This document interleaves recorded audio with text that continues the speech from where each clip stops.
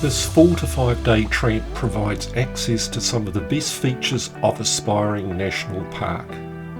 It's got spectacular mountain scenery, forest and alpine vegetation, glacier-fed rivers and glaciers if you walk up to the Cascade Saddle.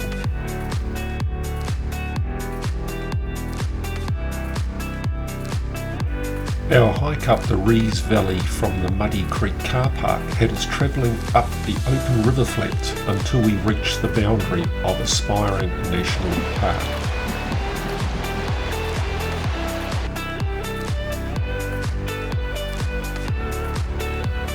After the boundary, we crossed over a swing bridge to the west bank of the Rees River, where the track continues through beech forest before reaching the mountain meadows at Slip Flat.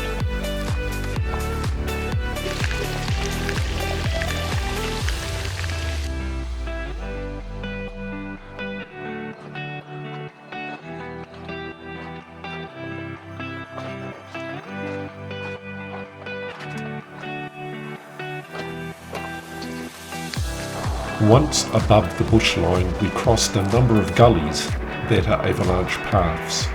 In early December, there was still plenty of water in these from the melting snow on the towering glacier-cut slopes of the Falls Mountains.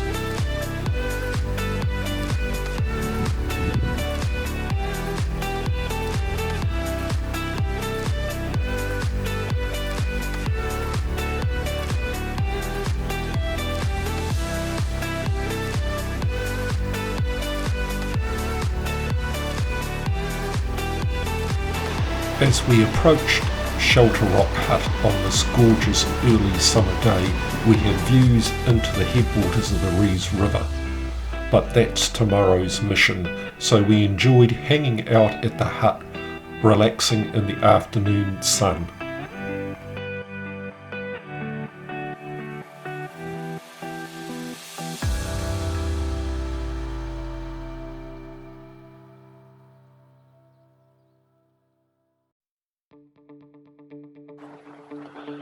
Day 2, off to Dart Hut. Low cloud this morning obscured our view of the upper valley, but as the sun burnt off the clouds, the narrowing valley gave us views to the somewhat daunting valley headwall. Once closer to the head of the valley, we had views past a huge bluff to an easier route up to the pass. After a steep 130 vertical metre ascent up the switchbacks to the Rees Saddle, we had views into the headwaters of Snowy Creek and towering 1,000 metres above us to the northeast, the snow-covered peak of Mount Tiwa.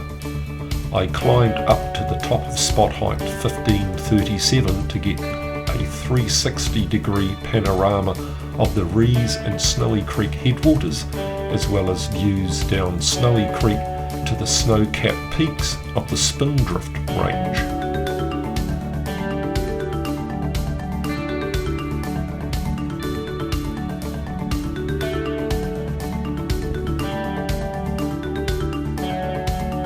After spending an hour on the saddle enjoying the views in very benign conditions for a saddle, we descended a steep 80-metre drop. From here we had a long traverse just below the 1400 metre contour line above the gorged Snowy River.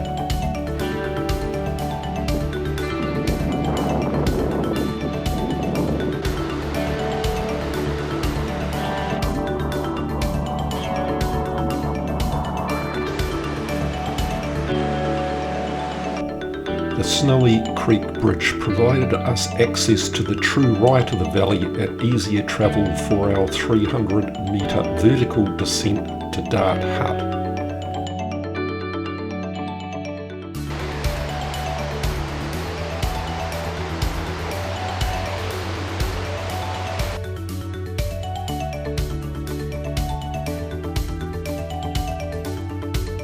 After arriving at Dart Hut mid-afternoon, we spent the remainder of the day enjoying views up the Dart River and chatting with other occupants of the hut.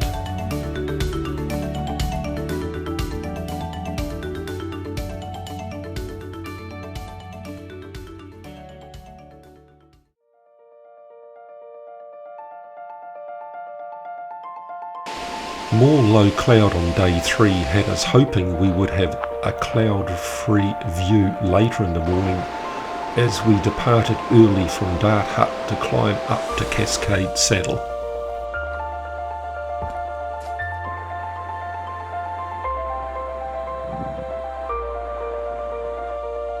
The terminal face of the Dart Glacier is quickly receding and very grey from silt dust and debris.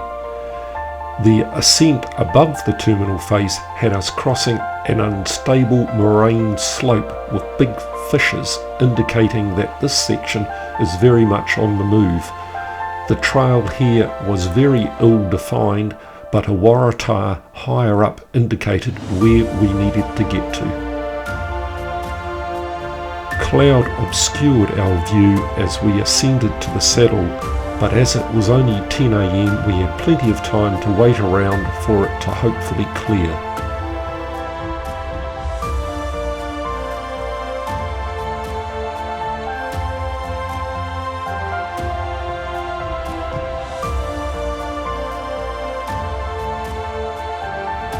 As the cloud started to clear, we were entertained by an inquisitive Kia who spent well over half an hour hanging out with us at the saddle.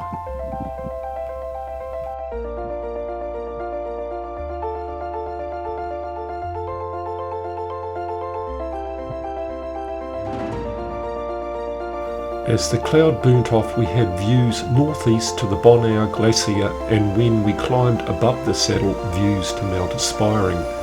We now also had uninterrupted views down into the Matukituki and across the valley to Rob Roy Peak.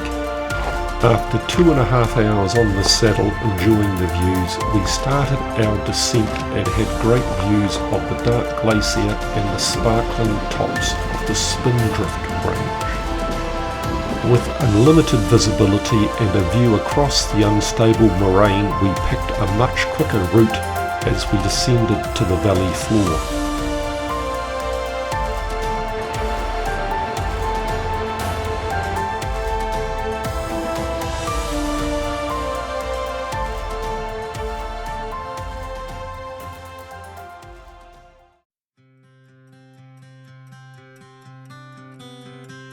The weather forecast for day 4 was not great, with showers and high winds building throughout the day.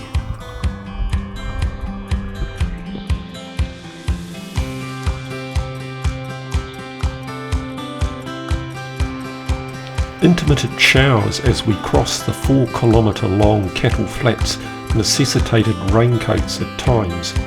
I gave up and set up my coat as a makeshift poncho, which worked rather well.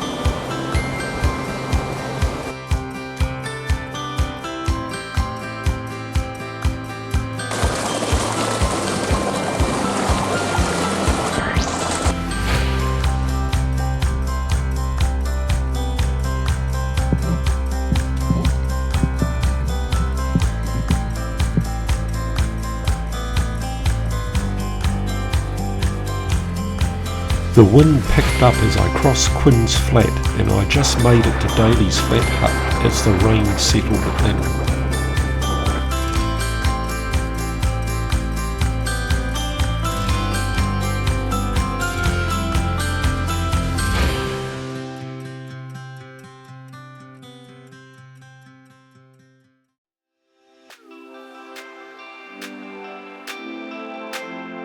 The rain luckily dropped off to intermittent showers as we left Daleys Flat Hut on day 5. Water levels were up as we crossed a stream at Dredge Flat, which is prone to quicksand. We sidled around the lake formed from a slip beside Sandy Point and got some good pics of the flooded forest.